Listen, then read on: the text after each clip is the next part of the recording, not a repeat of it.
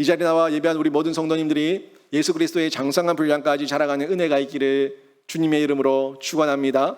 아멘. 어린 시절에 추억이 있습니까? 저는 어린 시절에 추억이 있습니다. 물론 아빠한테 많이 맞았던 그런 생각도 있지만, 근데 저한테 그게 그렇게 큰 상처는 아니었어요. 제가 잘못했기 때문에 지금 생각해 보니까 잘못해서 그렇게 큰 상처는 아니고, 저는 아빠를 생각할 때 상처보다 그리움이 더 큽니다. 그리움이 더 크고, 또 아빠에 대한 그 사랑을 제가 잘 압니다. 아빠가 저를 되게 사랑하셨고 몸으로 저와 아주 많이 놀아주셨다는 그때를 제가 기억하고 추억하고 있습니다. 그런데 어린아이 때로 다시 돌아가라고 하면은 글쎄요 글쎄요라는 생각이 듭니다. 이제는 제가 40대 중반에 넘어가면서 저라는 사람의 이 일상과 틀이 만들어졌거든요. 또 제가 이제 살아온 날보다 살아온 날이 더 많겠죠. 앞으로 살아갈 날보다는 살아온 날이 더 많을 거라 생각이 들어요. 보편적으로 봤을 때 지금 살아온 날만큼 또 살면 92살쯤 되는데 90살까지 살고 싶은 마음이 별로 없고요. 주님 부르시면 저는 70대든 80대든 부르시는 그때 오늘이라도 부르시면 거기가 천국이니까, 영원한 천국이니까 할렐루야 마란타 주 예수여 오시옵소서라고 저는 가고 싶습니다. 그래서 굳이 돌아가면 어떻겠냐라는 그런, 돌아갈 수도 없지만 돌아가는 걸 저는 생각하지 않습니다. 돌아가서 내가 어릴 때부터 더 열심히 공부했다면 서울 들어가고 하버드 들어가고 생각하고 싶지 않아요. 그래서 어떡할 거예요. 돌아가지도 못할 거지만 그냥 혼자 망상에 빠져서 어린아이의 때로 돌아가라 하면 또 한편으로는 자신도 없어요. 또 돌아간다고 또 악착같이 살아가지고 더 나은 삶을 살 수 있을까라는 자신도 없어요. 그냥 저는 지금까지 살아온 이 시간이 하나님께서 저에게 베푸신 최상의 시간이었다고 저는 믿고, 이 시간이 저에게 지금 오늘 하루가 저에게 주신 최고의 날이라 믿고 오늘 하루를 열심히 사는 것을 선택하겠습니다. 그런데 여러분은 어떻습니까? 여러분은 어린 시절로 돌아가라고 하면 돌아가시겠습니까? 돌아가서 그때 그 부모님과 그때 그 상황과 그때 그 집과 그 환경이 바뀐 건 아무것도 없고, 다시 돌아가라고 하면은, 돌아가면 여러분이 그 어린아이 때에 돌아가면 이제는 내가 몇십 년을 살아본 인생에 돌아갔으니까 그 모든 것을 수용하면서 다 이루었다 하면서 그것을 다 여러분이 감당하면서 살겠습니까? 만약에 여러분이 돌아가서 그때 지금의 이 마음의 성정을 가지고, 이 마음의 어떤 성숙함을 가지고 돌아간다고 한들, 여러분이 감당하는 만큼 더 큰 어려움은 더 주어질 거예요. 얘 봐라, 요거 봐라. 다 감당하네 하면서 더 많은 게 주어졌을 겁니다. 그때 못 살겠다고, 죽겠다고 막 발악하고 또 소리 지르고 하면서 살아왔기 때문에 여러분이 지금까지 여기까지 온 거예요. 돌아가면은, 지금 내가 돌아가면 다 감당해 줄 거야. 내가 다 용납해 줄 거야. 다 사랑해 줄 거야. 지금 마음 그렇죠? 돌아가 본들 안 그래요. 여러분이 지금 내일을 기억할 때도 그렇지 않습니까? 내가 은혜 받으면 내가 내일은 정말 잘 살 것 같아. 내가 은혜 받으면 내일은 다 용서해 줄 것 같아. 오늘 은혜 받으면 모든 사람을 사랑해 줄 것 같아. 그런데 당장 내일이 돼서 맞닥뜨리면 사랑합니까? 용서합니까? 용납합니까? 못해요. 지금 생각하기에 미래가 그런 것처럼 과거로 돌아가 본들, 여러분이 그때 반함없는 그 상황으로 돌아가 본들 내가 다 수용하면서 다 포용하면서 살 수 있을 것 같다? 내 착각이에요. 돌아가 본들 똑같아요. 지금이 중요한 거예요. 지금 내가 어린아이를 또 버리고, 내 속에 있는 또 어린아이를 버리고, 내가 오늘 하루를 주님께서 주신 그 불러주심에 감사하고 맡겨주심에 충성할 수 있는 그 사람, 이 사람으로 살아낼 때에 하나님의 칭찬과 은혜가 더 풍성하게 여러분에게 주어질 줄로 믿습니다. 바울이 오늘 이 어린아이를 얘기하고 있지 않습니까? 어린아이와 장성한 사람, 이 사람을 이 부류를 비교하면서 전달해 주고 있는데, 어린아이의 모습을 그리워하면서 어린아이대로 돌아갈 생각을 하지 말고 지금 더 장성하면 되는 거예요. 후회하지 말고 지금 더 크면 되는 거예요. 그때로 돌아가면 지금 내 모습이 더 나아져 있을 건데, 그런 망상에 빠지지 말고 지금 장성한 사람이 되면 되는 겁니다. 이걸 우리가 오늘 말씀에서 생각해 보고 깨달을 수가 있는데, 이걸 깨닫지 못하면은 늘 그때 지금 당장 눈에 보이는 거에 매여 가지고 집착하는 삶을 살아갑니다. 계속 보고 있지만 예언, 방언, 지식이라는 부분이 있지 않습니까? 이 예언, 방언, 지식의 은사에 집착하는 것은 어린아이예요. 예언, 방언, 지식의 은사는 어린아이 때에 우리가 커 나가는 과정 중에 지나가는 과정이고, 또 우리가 장성한 사람이 되어서 온전한 사람이 되면 제가 지난주에 말씀드린 것처럼 예언, 방언, 지식이 필요 없다고요. 성경이 더 이상 필요가 없다고요. 예언을 할 필요도 없고 방언을 할 필요도 없고 지식을 구할 필요도 없어요. 그냥 맞닥뜨리고 있다고. 누구를? 지식의 근본, 지식의 근간이 되신 예수 그리스도와 맞닥뜨리고 있으니까 이제는 더 이상 예언, 방언, 지식이 필요 없다고요. 거기까지 자라가면 되는 거고, 지금 나에게 자족하는 마음과 만족하는 마음이 있으면 내가 그때 돌아갔으면 이 생각도 할 필요가 없다는 거예요. 내가 그때로 돌아갔으면 이 모습은, 이게 어린아이예요. 지금 내가 그만큼 성숙하지 못했기 때문에 내가 그때로 돌아갔으면 라고 생각하는 거지, 지금 내가 성숙한 중에 자족하고 만족하고 있으면 어린아이의 때로 돌아갈 이유가 전혀 없다는 것을 저희가 말씀을 통해서 깨달을 수가 있다는 겁니다. 영원하고 가치 있는 동목, 이걸 저희가 구해야 되는 거예요.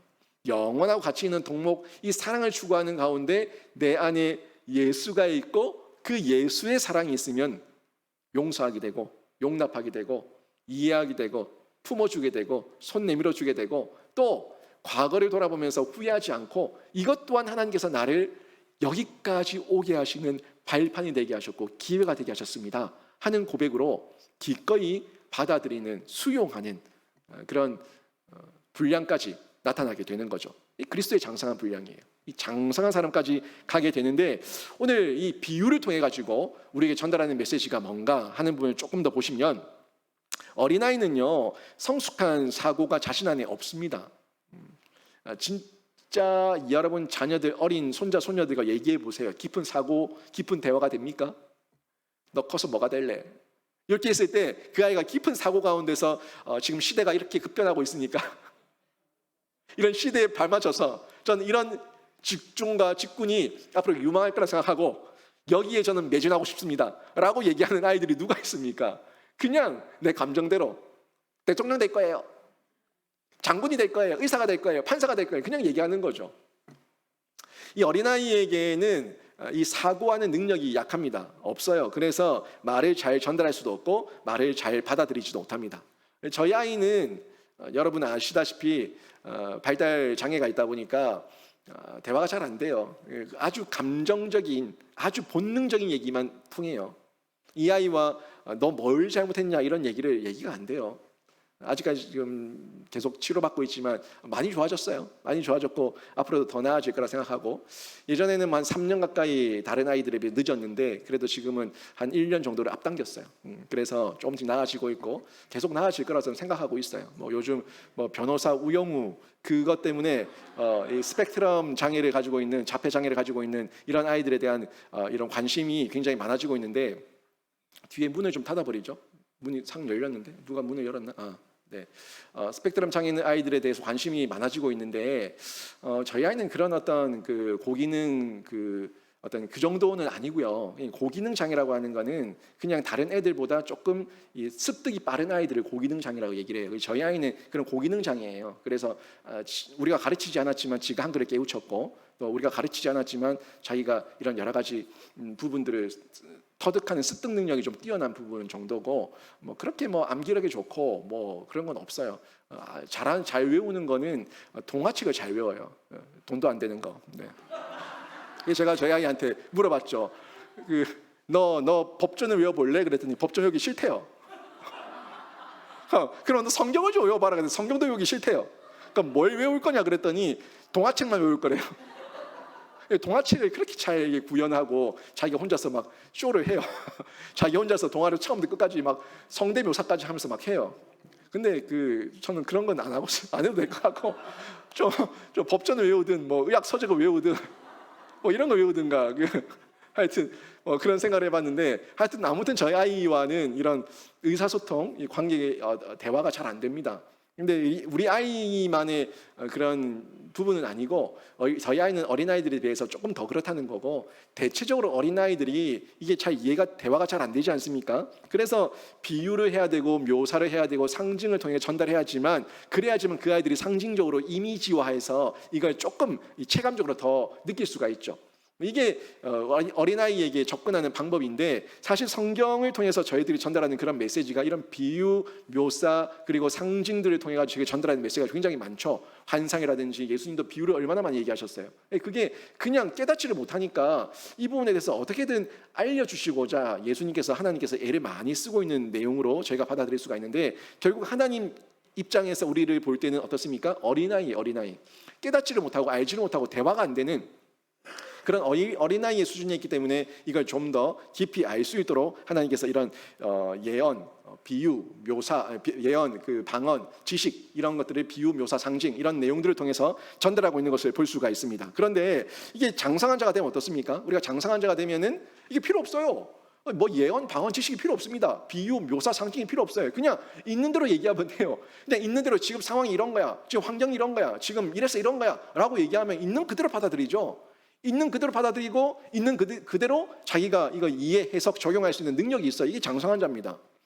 제가 여러분 앉혀놓고 배가 있어. 배가 어떤 모양이냐면 막 얘기하고 있으면 여러분 화나죠. 나를 놓고 지금 뭘로 보는 거냐? 나를 지금 뭘로 보는 거냐? 이미 다 컸는데 장성한 사람인데 이런 비유를 가지고 얘기하면은 이해가 안 되죠. 그 자체가 말이 안 되는 거예요. 우리가 어린아이는 어린아이로 대하고, 또 장성한 사람은 장성한 사람이 그 수준에 맞게끔 대하는 이런 전달법이 있는 것을 저희가 잘 알고 있는데, 이제 장성한 사람이 되면 이런 모든 것이 필요가 없다는 겁니다. 이 바울이 이걸 지금 전달할 때 오늘 표현이 11절에서 보면 이렇게 나와요. 내가 어렸을 때에는, 보세요. 내가 어렸을 때에는 말하는 것이 어린아이와 같고, 말하는 것 나왔죠.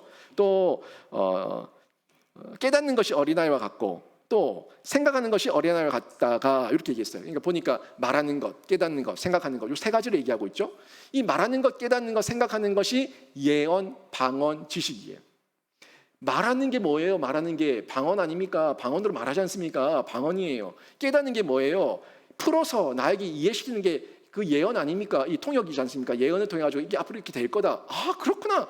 깨닫는 거. 그리고 이 생각하는 게 뭐예요? 하나님의 지식을 전해 가지고 지식을, 아, 그렇구나라고, 이게 나에게 체득되는 지식. 이게 지금 이거를 지금 사도 바울이 11절에서 어린아이가 말하는 것, 깨닫는 것, 생각하는 것, 이게 어린아이와 같았는데, 이제 장성한 어린 되어서는 그 어린아이의 생각과 말하는 것, 깨닫는 것, 이것을 하기 위해서 예언, 방언, 지식, 그리고 이미지, 비유, 묘사, 뭐 이런 것들이 필요 없다. 요 얘기를 하고 있는 거예요. 이 장성한 자가 되었으면 장성한 자에 맞게끔 거기에 대한 이 교육과 전달이 필요하다는 겁니다. 제가 여러분에게, 우리 영신의 가족 친구들 한 주간 잘 보내셨어요? 오늘 하나님께서 우리 친구들에게 은혜 주실 줄 믿습니다 라고 얘기하면, 여러분 이게 대화법이 맞습니까? 안 맞는 거예요. 제가 영유치부 아이들한테 가가지고 영유치부 앞에서 오늘 이곳에 모인 우리 친구들에게 뭐 축원합니다 뭐 이렇게 얘기하면은 애들이 뭔 말인지 알아들어요? 못 알아들어요. 거기에 맞는 대화법이 있다는 거예요. 그래서 그 대화법에 맞춰서 우리에게 이 성경을 주셨다는 겁니다. 여러분, 성경 지금 우리에게 필요한 거예요. 지금 이 땅에 사는 중에 필요합니다. 그런데 하나님 나라 가서는 성경이 필요 없다고요. 예수 그리스도, 하나님, 성령님 그분과 임재 가운데 완전한 연합체로 있기 때문에 필요가 없다는 거예요. 그래서 제가 성경이 필요 없습니다 라고 얘기한 겁니다. 이곳에 있는 중에 성경을 많이 보는 거예요.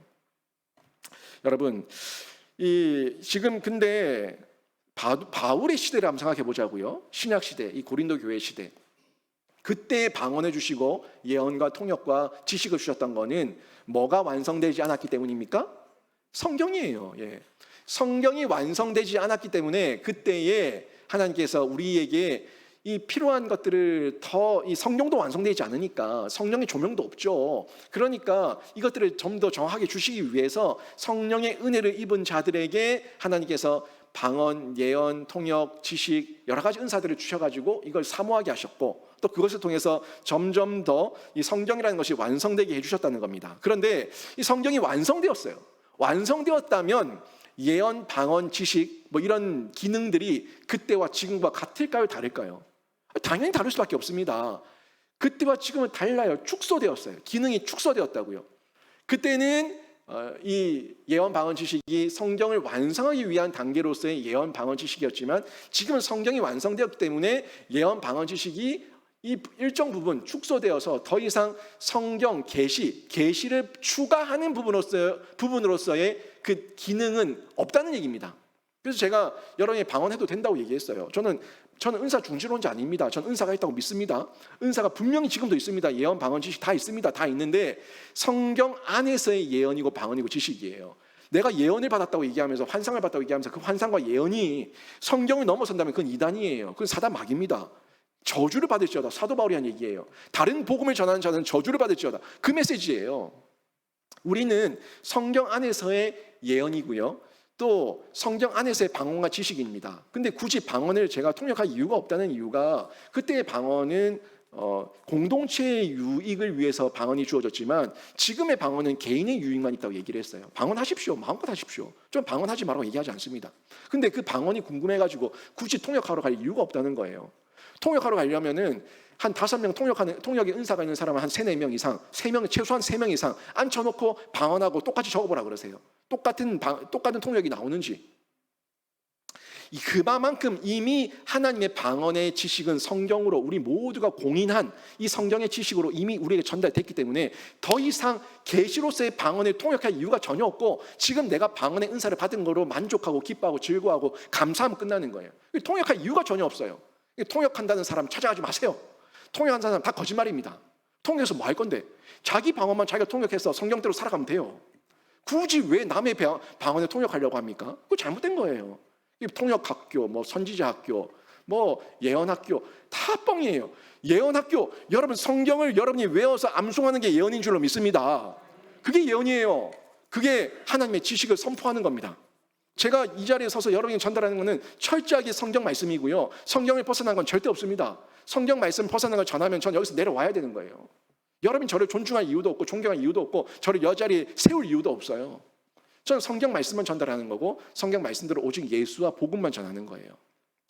이게 예수님께서 우리에게 예언, 방언, 지식 이 부분을 통해 가지고 하나님께서 주신 이유와 그 기능이 성경 전과 성경 후가 어떻게 다른가 하는 부분을 알게 되는데 지금은요 우리에게 부분적이고 또 간접적이고 한시적으로 주어졌던 이 예언, 방언, 지식 그리고 하나님에 대한 모든 지식이에요. 우리가 아무리 성경 이 1189장을 달달 외운다고 해도 그건 부분적입니다. 간접적입니다. 한시적입니다. 그러니까 성경을 아무리 많이 알아도 아무리 통독하고 아무리 암송하고 아니 원어 전체를 히브리어 헬라어 원어 전체를 다 달달 외우고 있다고 하더라도 그거는 부분적이고 간접적이고 한시적이라고 어디서 이 땅에서 하나님 나라 가면 다 필요 없어요. 다 필요 없어요. 얼굴과 얼굴을 대면하여 보듯이 예수 그리스도를 환히 보고 있는데 무슨 필요가 있습니까? 우리 예수님이 말이야 누가 말이야 코는 어떻고 눈은 어떻고 입술은 어떻고 말해본들 뭐예요? 내가 한 번 보면 끝인데 한 번 보면 끝나는 건데 뭘 필요가 그 설명이 필요합니까? 이 성경은 그 하나님을 예수님을 소개해주고 있는 묘사된 글이기 때문에 이렇게 긴데 그냥 보면 끝나는 거예요. 그분의 영광을 그냥 입고 그분의 은혜를 그냥 입고 그분의 사랑을 직접 체험하고 나면 다 필요가 없는 거예요. 그만큼 확실하게 완벽하게 완전하게 주어지는 그 메시지를 저희가 저 천국에서 다 누리게 된다는 겁니다. 본문에서 지금 바울이 전달하는 핵심이 바로 이겁니다. 은사의 한계성을 지적하는 거예요. 모든 은사의 한계, 모든 은사는 결국에 하나님 예수 그리스도 그 본체로까지 나가는 과정이지 그 은사에 집착하지 마라. 은사에 매이지 마라. 은사에 거기에 빠져들어가지고 은사를 예수 위에 올려놓지 마라 이 얘기예요. 이 얘기입니다. 우리가 은사에 빠져버리면 은사는 여러분 방언, 예언, 지식만 은사가 아니에요. 건강도 은사고요, 돈도 은사고요, 여러분의 달란트 또 은사고, 찬양도 은사고, 악기를 다루는 것도 은사고 다 은사예요. 근데 그 은사를 예수 위에 얹어놓지 말라는 거예요. 여러분에게 돈 버는 은사가 있는 분들, 또 여러분에게 전도의 은사가 있는 분들, 여러분에게 또 이 남을 섬기는 은사가 있는 분들, 찬양의 은사가 있는 분들, 악기를 다루는 은사가 있는 분들 다양하죠. 그 은사를 예수보다 위에 두지 말라는 얘기입니다. 다 한시적이니까 이 부분적으로 간접적으로 한시적으로 줬던 것을 내 안에 예수가 있는 만큼 그 은사를 드러내면 그게 장성한 자예요. 장성한 자로 자라가는 과정의 그 표시라는 것을 전달해 주고 있는 겁니다. 근데 이 은사에 매여 있는 사람들은 보면요, 예수 그리스도 그분의 사랑을 온전하게 깨닫지 못하니까 거기에 매여서 중독에 빠지거나 또 은사를 이렇게 추앙하는 은사 중심적인 사역을 하는 이런 사람들로 빠지게 되는데, 여러분 이걸 안타깝게 느낀 사도 바울이 애타는 심정으로 고린도 교회에 이 메시지를 전한 거 아닙니까? 우리 고린도 교회, 고린도전서 다 뭐 아시지만 얼마나 은사 문제와 서로 간에 감정 싸움이 심했던 교회예요. 늘 싸웠어요. 네가 잘났다, 내가 잘났다, 네 손가락이 크다, 내 손가락이 크다, 막 그렇게 싸우고 있는 거예요. 근데 그 모든 손가락이든 모든 지체가 하나가 없으면 다 장애우예요. 하나가 모든 것이 다 있어야지만 우리가 온전한 공동체 지체가 되는데, 몸에 이 손가락 발가락이 서로 싸울 이유가 뭐가 있습니까? 하나라도 없으면 다 불편한 거 마찬가지지. 다 소중한 거예요. 다 귀중한 거고. 이걸 지금 바울이 느끼고 깨닫고 안타까운 마음으로 진짜 은사 위에 최고의 은사는 예수 그리스도의 사랑과의 연합과 교제 가운데 있는 것이고, 그 예수 그리스도의 사랑과 은혜를 체험하고 나면은 그 모든 것이 부분적이고 한계가 있고 간접적이고 한시적이라는 것을 너희가 깨닫게 될 것이다 하는 것을 말해주고 있는 거예요. 여러분, 저 천국 가가지고 제가 천국에서 예수님, 제가 돈 좀 벌었습니다. 제가 저 세상에 있을 때 인기 좀 있었습니다. 제가 저 세상에 있을 때 힘 좀 썼습니다. 여러분, 말할 사람 있어요? 아무도 없어요. 거기가 그저 주님 찬양, 주님 예배, 주님 높여드리는 그 영광스러운 기쁨과 환희가 우리에게 주어질 뿐입니다. 그냥 주님만 높여드리는 그 영광인데, 여러분 이 땅에서 여러분 잠깐 가진 그 청지기로 부르신 그 모든 것에 집착하거나 매이지 마시고 거기에 자랑질하지 마시고 하나님만 높여드리는 귀한 은사를 온전히 드러내시기를 주님의 이름으로 축원합니다.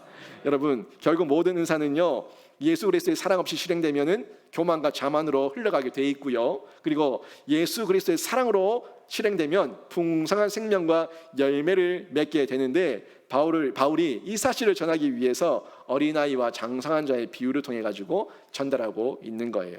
또 차이도 있습니다. 이 차이를 좀 보시게 되면, 하나님 나라는요, 성장과 성숙이 있습니다. 그래서 세상 나라와 차이가 있는 거예요. 하나님 나라는 성장과 성숙이 있고 신자는 성장과 성숙이 있어야 됩니다. 그래서 세상과 차이가 있고 불신자와 차이가 있는 거예요. 아니, 하나님 나라와 세상 나라가 차이가 없으면 어떡합니까? 차이가 있어야지. 신자와 불신자의 차이가 있어야지. 신자가 불신자같이 생활하면 어떻게 되겠습니까? 신자와 불신자의 차이는 다른 거 아니에요. 성장과 성숙의 차이고요. 그 속에서 생명력이 드러나야지만 그게 교회고 하나님 나라고, 그리고 신자됨이라는 것을 여러분 잊지 마시기를 바랍니다. 여러분 안에 생명력이 있습니까? 생명력은요, 복음이에요. 내 안에 복음의 감격, 복음의 기쁨, 복음의 은혜가 내 안에 있으면은 이건 확장되는 거예요. 생명의 파문. 제가 파문이라 얘기하지 않습니까? 이 돌을 툭 던져도, 이 잔잔한 물가에 돌을 툭 던져도 파문이 일어요. 파문이 일어요.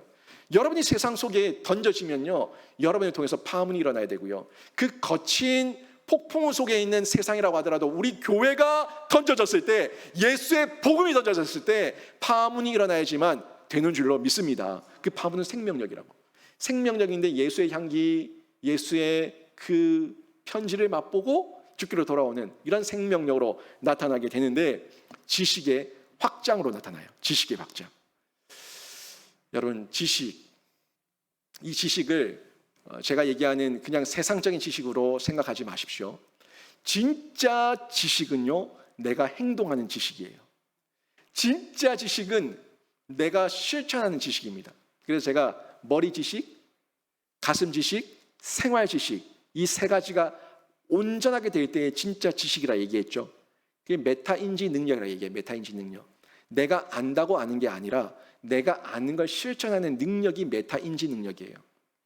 그 모든 것을 종합적으로 내가 인지해서 내가 실천할 수 있는 능력이 여러분에게 영적 메타 인지 능력이 필요한데, 여러분의 지식의 확장이 예수 그리스도 성경만 알지 마시고 이 예수 그리스도를 체험하시고 내 안에 소유하시는 중에 여러분이 교회가 되시고 여러분이 그 교회로서 생명력을 전파하는 지식의 확장이 진짜 실천으로 나타나기를 주님의 이름으로 축원합니다. 이 지식의 확장이에요. 이 지식의 확장은 구약에서는 완전히 다르죠. 구약에서의 지식은 진짜 머리 지식이었어요. 또 조금 느끼면 가슴 지식까지 있었어요. 근데 생활 지식이 안 됐어. 머리 가슴 지식에서 멈췄다고요. 율법을 받았는데 머리 지식이 있어. 바리새인들, 서기관들 머리 지식은 꽉 차 있는데 실천이 안 돼요. 또 성막을 통해 가지고 짐승을 끌고 가서 짐승을 죽이고 그 가죽을 벗기고 헌제자는 나예요. 헌제자는 납니다. 내가 죄를 지어서 내가 양과 소를 데리고 가서 내가 피를 찍어서 제가 목을 찔러가지고 그 피를 뺍니다. 이거 헌제자가 하는 거예요. 헌제자가 짐승의 목에 칼을 꽂아가서 짐승의 피를 뺄 때에 그 피가 이 낭자하게 퍼지고 터지고 막 흐를 거 아닙니까? 그 피를 보면서 뭘 느껴야 되는 거예요? 내가 죽을 죄를 저 짐승이 죽는다. 내가 저렇게 처참하게 죽어야 되는데, 저렇게 피를 낭자하게 흘리면 죽어야 되는데 짐승이 대신 죽는다 하는 것을 느끼면서 아파할 거 아니에요? 요까지 딱 요까지만 느꼈어요. 요까지만 느끼고 아파하고 또 지식으로만 알고, 그리고 돌아가서는 생활이 안 되는 거예요. 그림자로 끝났다니까. 그림자로 끝났는데 신약으로 가면 이것이 그림자가 아니라 실체가 됩니다. 실체가 돼서 예수 그리스도께서 십자가에서 죽으시고 부활하시고 예수께서 이제 그 실체, 메시아 그리스도의 실체를 보여주신 이후에 성령을 보내주시니까 성령 안에서 성령의 조명을 받아서 이 사람들이 실제로 세상으로 뛰어나가서 보냄받은 자로 살아가는 거예요. 그게 신약교회와 구약교회의 가장 큰 차이입니다. 여러분, 신약교회에서도 처음에 예수님께 부름받은 자들 다 유대인들이에요. 예수님께 처음 성령 받은 자들 다 유대인들이에요. 뭐가 다르냐고요? 예수님도 성전에 왔다 갔다 하셨고 유대인들이었던 그 제자들도 성전에 가서 하루에 몇 번씩 기도했습니다. 자기 시간에 맞춰서 기도했어요. 근데 다만 그들에게 가장 큰 차이점은 뭐냐면 그 안에 예수의 실체가 있냐 없냐, 요거였어요. 내 안에 생명력이 있냐 없냐는 겁니다. 성령의 조명을 받아서 내 안에 생명력이 조명되고 드러나면은 그 사람들은 그 세상 앞에서 외치는 거 외쳐서 이방인인 거 다 필요 없어요. 예수의 생명을 전하는 중에 3,000명, 5,000명의 주께로 돌아오는 귀한 역사가 일어났는데, 이게 구약교회와 신약교회의 가장 큰 차이입니다. 지식의 확장이에요. 무슨 지식이에요? 머리로만 아는 지식이에요? 가슴으로만 아는 지식입니까? 생활로 나타나는 지식이었습니다. 이 지식의 확장이 일어난 것을 저희가 볼 수가 있다는 거예요. 이 지식의 전달 방식도 완전히 다르죠. 전달 방식도 예전에는 그냥 자기들이 달다 외워서 외우는 그 정도였지만, 이제는 성령께서 조명해 주셔서 말씀이 생각나게 하시고 말씀이 깨달아지고 말씀이 내 것이 되는 그런 은혜, 이런 조명하심의 은혜가 나타나는 중에 지식이 확장되고, 이제 자기가 많이 배우고 못 배우고 필요 없어요. 내가 어느 땅에 있든 상관없어요. 장소에 상관없고 인종에 상관없고 나의 지식 관계에 상관없고 혈통에 상관없고, 그냥 내가 있는 그 자리에서 내 안에 예수가 있고 내가 성령님 의지해서 구하고 바라고 기도하고 부르짖으면 성령께서 깨닫게 하셔서 선명하게 분명하게 확실하게 보여주는 은혜를 얻게 된다는 겁니다. 물론 이게 점진적이에요. 여러분, 제가 이렇게 얘기한다고 지식의 확장 얘기한다고 여러분이 한 번만에 단번에 예수 그리스도를 다 알게 되는 게 아닙니다. 다 알게 되는 게, 저도 목사지만 제가 청년 때의 지식이 다르고요. 그리고 신학을 시작할 때 지식이 다르고, 교육전사 때, 강도사 때, 또 부목사 때, 담임 목사 때 지식이 다른 걸 제가 깨닫습니다. 여러분, 이 놀라운 은혜인데요. 제가 부목사 때 전도사 때 설교했던 설교 원고가 있잖아요. 그 원고를 제가 끄집어내서 한번 살펴보면요, 부끄러워서 이런 말 할 수가 없어요. 쥐구멍에 들어가고 싶어요. 이런 걸 설교라고 막 이런 마음이 드는 거예요. 근데 제가요, 동신교회에서, 여러분 제 설교도 많이 보셨을 건데, 동신교회에서 제가 뭐 영상에 나와 있는 설교 말고도 설교를 많이 했지만 동신교회 설교를 제가 끄집어내서 보면요, 부끄러워요. 근데 이런 걸 설교를, 이런 마음이 드는 거예요. 근데 제가 이제 매주 이렇게 설교를 준비하고 돌아서면 설교, 저에게는 부담이지만 그래도 이게 은혜인 게, 돌아서면 설교인데 또 은혜를 주시는 게 은혜인 거예요. 또 깨닫게 되는 게 은혜인 거예요. 정말 오늘도 왜 사울이 안 뽑히고 요나단 뽑힙니까? 제가 지금까지 요나단, 사울 나쁜 놈 이렇게 설교해놨는데 지금 요나단이 뽑히면 사울이 안 뽑힌 걸 어떻게 설명해야 됩니까? 제가 난감하더라고요. 또 사울은 왜 가는 곳마다 이깁니까? 다윗도 가는 곳마다 이겼다는 거는 제가 설명이 되겠는데 사울이 가는 곳마다 이겼다는 건 이거 어떻게 설명해야 됩니까? 어떻게 사울은 나쁜 놈 얘기해놨는데 제가 난감한 거예요. 오늘 본문을 보는데, 주일 설교 본문을 보는데 제가 그걸 멍하게 보고 기도하고 어떻게 할까요? 어떻게 할까요? 이거 어떻게 풀어내야 됩니까? 이거 설교해야 되는데 이거 어떻게 풀어내야 됩니까? 하는데 제 무릎을 치는 은혜를 주시는 거예요. 거기서 예수님이 왜 생각이 납니까? 거기서 예수님이 생각이 나고 하나님의 구원 섭리와 그 감당할 만한 요나단이 생각나는 거예요. 이게 은혜인 거예요. 여러분, 말씀은요, 여러분 계속 보면 볼수록 더욱더 깨달아지고 더욱더 여러분 안에서 살아 약동하는 생명력이 되는 줄로 믿습니다. 이게 지식의 확장이라는 겁니다. 결국에 점진적으로 계속해서 자라가는데 초신자가 어떻게 10년, 20년 신앙생활 하신 분들만큼 되겠습니까? 성경 1독도 안 한 분이 어떻게 성경 100독 한 분과 같겠습니까? 안 되죠. 점진적인 욕심이에요. 그런 욕심 말고 점진적으로 자라가는 중에 하나님 앞에 간구하면은 그 그릇의 크기와 신앙의 분량에 따라서 계속해서 채우시는 성장과 성숙을 경험하게 되는데 이 차이가 나타나게 된다는 거예요. 또 이게 결국에 완성이 됩니다. 결국 완성이 되는데 이 완성은 이 땅에서 없어요. 여러분, 이 땅에서 다 이루었다는 거는 우리 예수님 안에서만 가능한 거예요. 우리 예수님께서는 다 이루셨죠. 근데 우리가 예수님 안에 있을 때 예수님께서 이루신 것을 내가 누리는 거고요. 내가 다 이루는 거는 저 영화의 단계까지 가야 돼요. 거기서 우리가 다 이룬 거예요. 우리도. 근데요, 예수님의 제자들을 한번 보세요. 이 완성의 단계 점진적인 과정들 제가 말씀드렸는데 완성은 제자들도 이 땅에 사는 중에 다 완성 안 됐어요.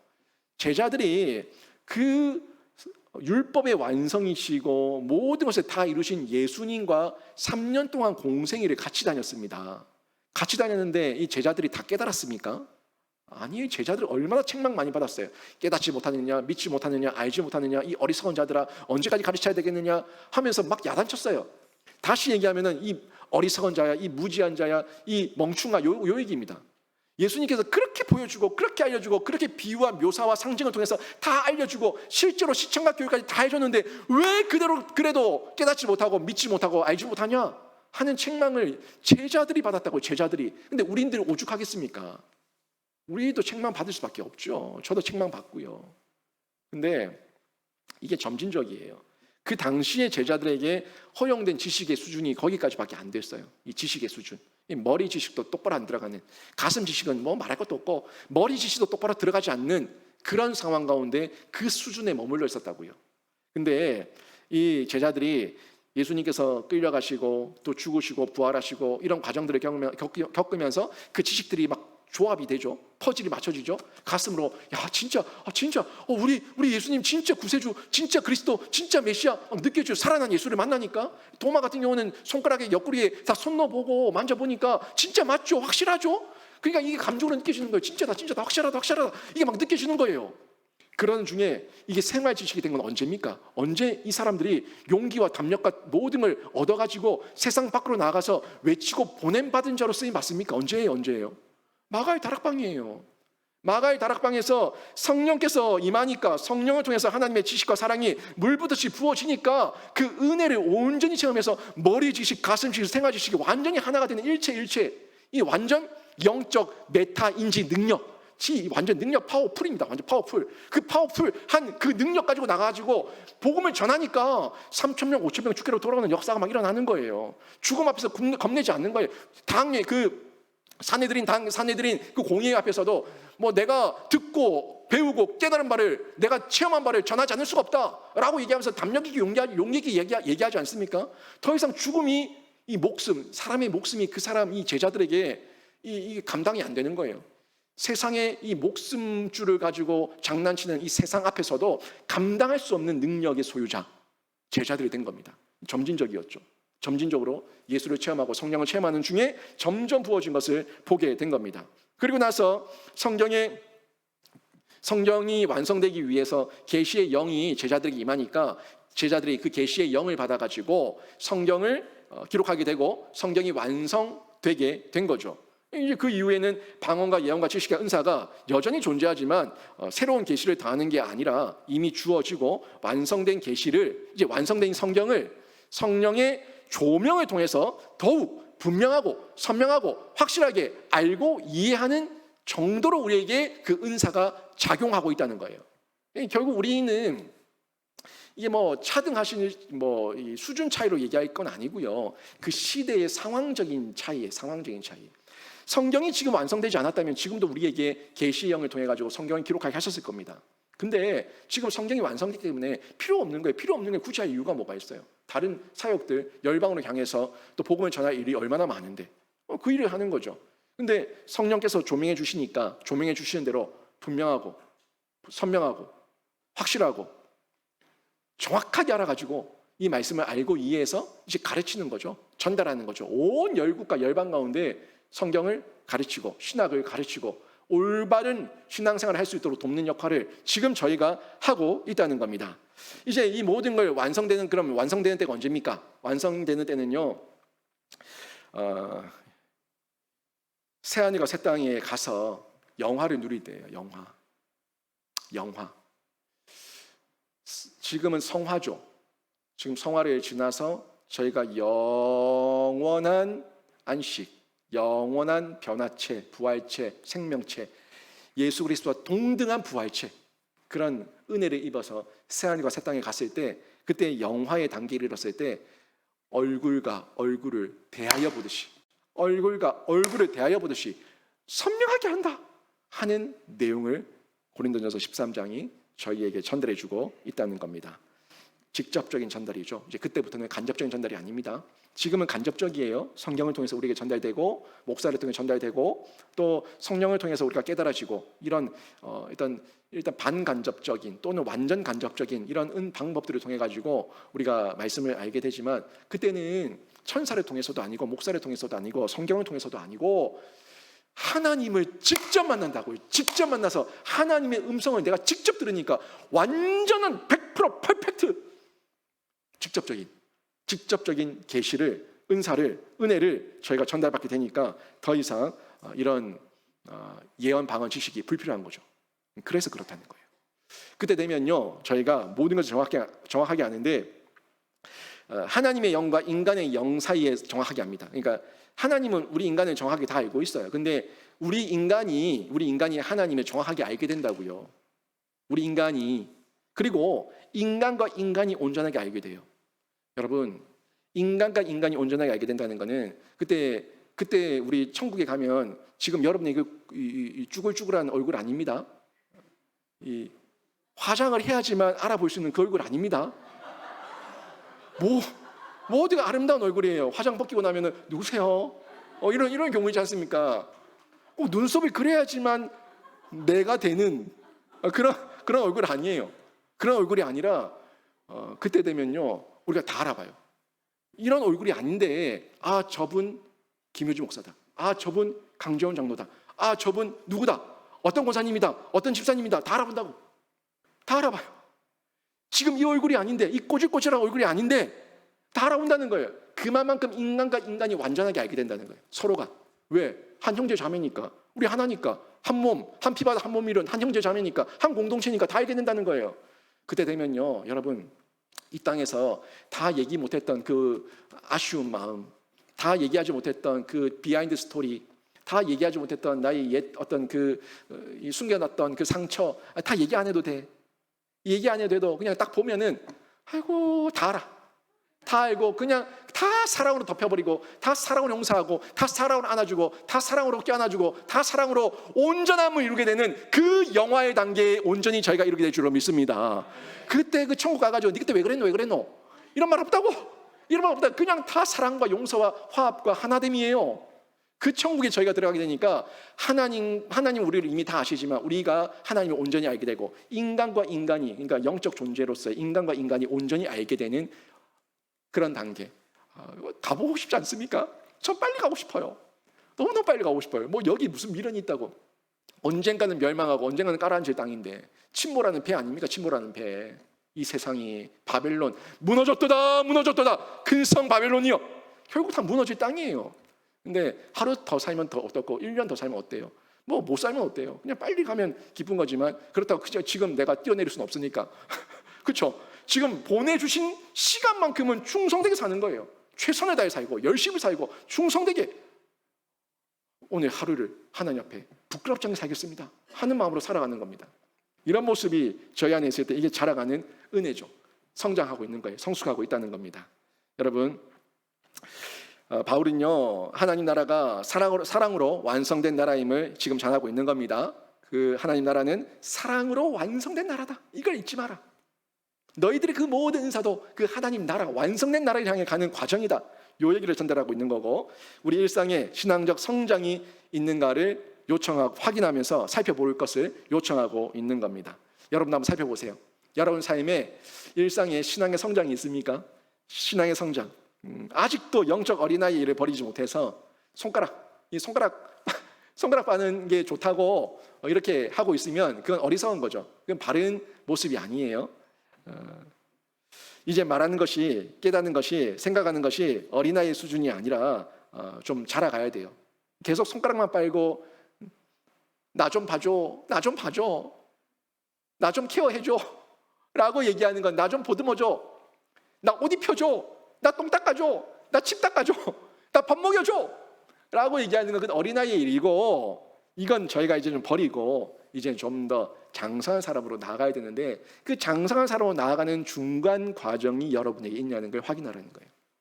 완벽한 모습을 기대하라는 게 아니고 10년 전보다, 20년 전보다, 1년 전보다 내가 신앙생활한 이후에 그 중간 단계로서 내가 지금 내가 가고 있다, 자라가고 있다 하는 그 중간 단계로서의 변화가 여러분 안에 느껴지고 있는가 하는 면에서 살펴볼 것을 요청하고 있는 거예요.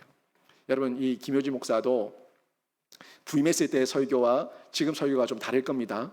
또 지금의 설교와 앞으로 5년, 10년 후에 또 설교가 다를 겁니다. 더 하나님 안에서 깊은 영성이 묻어나게 될 줄로 믿습니다.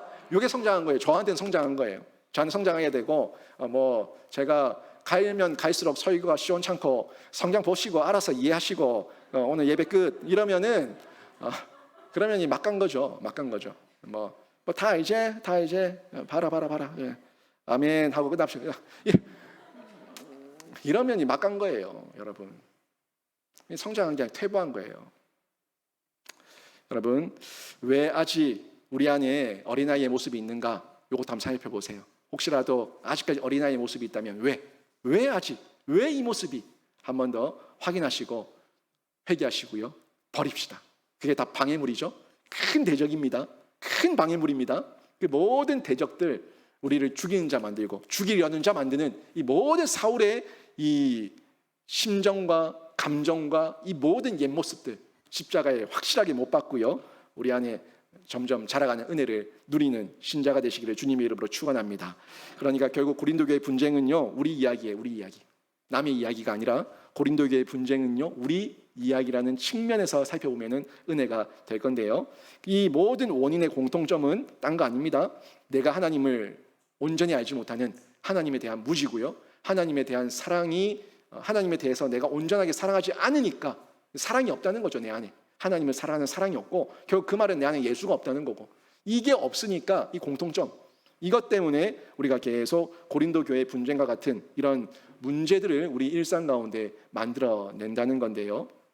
인생의 실제적인 문제, 이런 문제로 씨름하는 분들이 많이 계실 겁니다. 여러분, 인생에, 내 개인의, 내 가정에, 내 어떤 직장과 일터와 내 생활에 진짜 실제적인 여러분의 문제, 그 문제로 씨름하는 분들 모두가 여러분들이 계실 건데, 그 문제들이 진리의 원천 되시고 우리의 은혜와 사랑과 모든 문제 해결의 근본 되시는 예수 그리스도 이름으로 또 연합되고 풀어지고, 그 안에서 그 문제들이 해결되는 역사가 나타날 수 있도록 여러분이 더욱더 그 원인의 문제를 정확하게 보시기를 바라고요.